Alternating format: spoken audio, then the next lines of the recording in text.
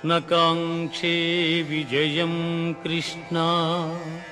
न च राज्यं सुखानि च किं नो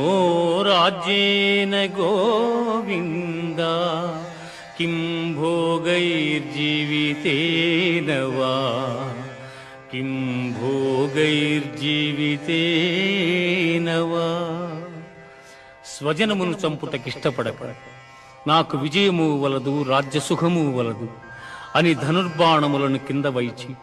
దుఃఖితుడైన అర్జునుని చూచి శ్రీకృష్ణ పరమాత్మ